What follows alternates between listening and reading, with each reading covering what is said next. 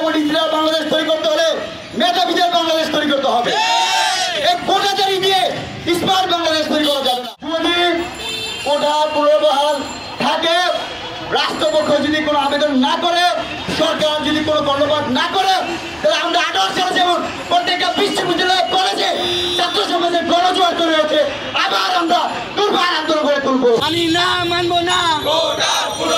18-র হাতিয়ার গর্জে ওঠো আরেকবার, 71-র হাতিয়ার গর্জে ওঠো আরেকবার।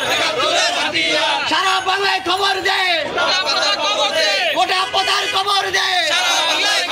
আমাদের ভাইদের রক্তে রঞ্জিত 2018 সালের 4 অক্টোবর শেখ হাসিনা সরকার যে প্রজ্ঞাপন জারি করেছে, আমরা দেখতে পেয়েছি মহামান্য হাইকোর্ট ছাত্র সমাজের প্রাণের দাবি সেই কোটা পুনরায় বহাল রেখেছে। আমরা ছাত্র সমাজের পক্ষ থেকে হাইকোর্টের রায়কে বিনামূল্যে প্রত্যাখ্যান করছি, তীব্র নিন্দা এবং প্রতিবাদ জানাচ্ছি। আমরা বলতে চাই, বর্তমান সরকার বলছে তারা স্মার্ট এবং ডিজিটাল বাংলাদেশ তৈরি করবে।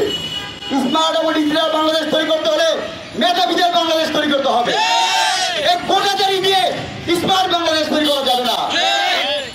আপনারা একটু চিন্তা করে দেখেন, আমাদের সূর্য সন্তান বাংলাদেশের জাতীয় হিরো তাদেরকে বলা হয়, যারা পাকিস্তানের বৈষম্য, শোষণ, নিপীড়নের বিরুদ্ধে তাদের বুকের তাজা রক্ত ঢেলে দিয়ে এই বাংলাদেশ স্বাধীন করেছে।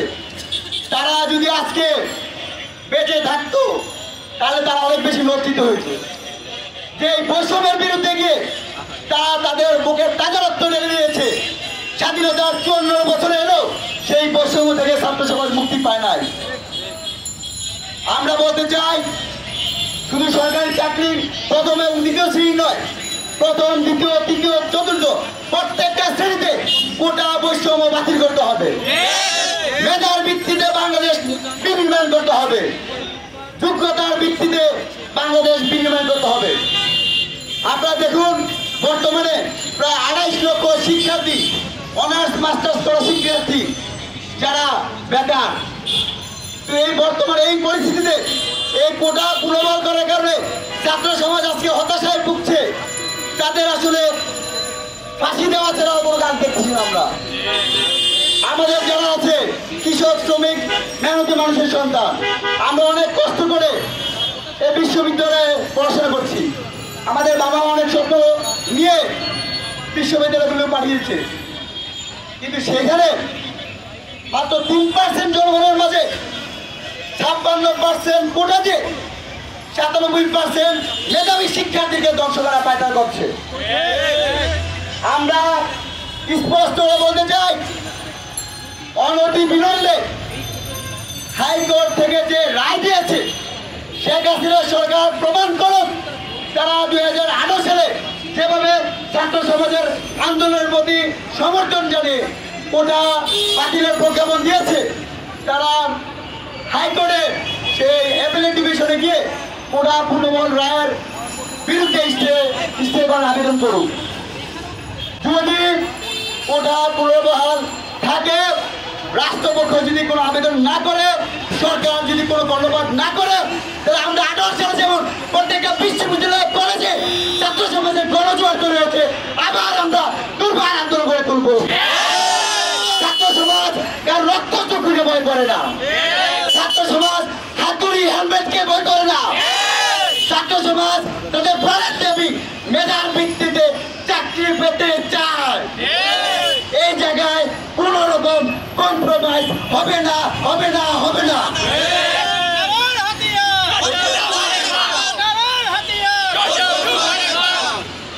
আমরা ছাত্রদের সাধারণ শিক্ষার্থীদের পক্ষ থেকে আজকের এই মানববন্ধনে আমরা শুধু একটি বার্তায় নিতে চাই, আমরা শিক্ষার্থী, আমরা শান্তিপূর্ণভাবে কর্মসূচি করতে চাই।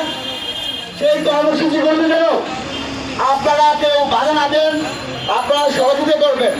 এবং আজকের একটা কর্মসূচি মাত্র ডেমো কর্মসূচি, আমরা আমাদের জায়গা থেকে শুধু তাৎক্ষণিক প্রতিবাদ জানিয়েছি। যদি ছাত্র সমাজের প্রাণের দাবি প্রত্যেকটা চাকরিতে কোটা যদি বাতিল না করা হয়, পরবর্তী কর্মসূচিতে নীলক্ষেত, শাহবাগ, সাইন্সের প্রত্যেকটা জায়গা আমরা ব্লক করে দিব। পুরো সারা বাংলাদেশের প্রত্যেকটা মহাসড়কে আমরা সেই মহাসড়কগুলো ব্লক করে দিব। আমরা দেখে দিয়েছি আসলে হামলা, মামলা, জেল, জুলুম কোনো আপনারা ছাত্র সমাজকে আটকে রাখতে পারেন নাই, এবারও আপনারা পারবেন না। আমরা শুধু বলতে চাই, আমাদের যৌক্তিক দাবি ছাত্র সমাজ চায় মেধার মূল্যায়ন হোক, যোগ্যতার ভিত্তিতে চাকরি হোক। সেই দাবিতে আপনাদেরকে সম্মান জানানোর জন্য আহ্বান জানাই। গতকালকে শিক্ষামন্ত্রী যে বক্তব্য দিয়েছেন, আমরা অত্যন্ত বিস্মিত হয়েছি, আশ্চর্য হয়েছি। একজন শিক্ষামন্ত্রী, যিনি আমাদের ছাত্র সমাজের অভিভাবক, তিনি তো পড়াশোনা করে এই জায়গায় এসেছেন, কিন্তু এই যে 56% কোটার যে একটা অভিশাপ, এই অভিশাপ থেকে তো শিক্ষামন্ত্রী তথা এই সরকারের দায় ছিল যে ছাত্র সমাজ কিভাবে তাদের মেধার ভিত্তিতে চাকরি পাবে, কিন্তু ওনার বক্তব্য শুনে আমরা অন্তত বিস্মিত হয়েছি। আমরা তার মধ্যে আহ্বান জানাই, আপনারা ছাত্র সমাজের পাশে দাঁড়ান, শিক্ষার্থীদের পাশে দাঁড়ান। আজকের এই শিক্ষার্থীরাই আগামী দিনে বাংলাদেশ বিনিয়োগ করবে।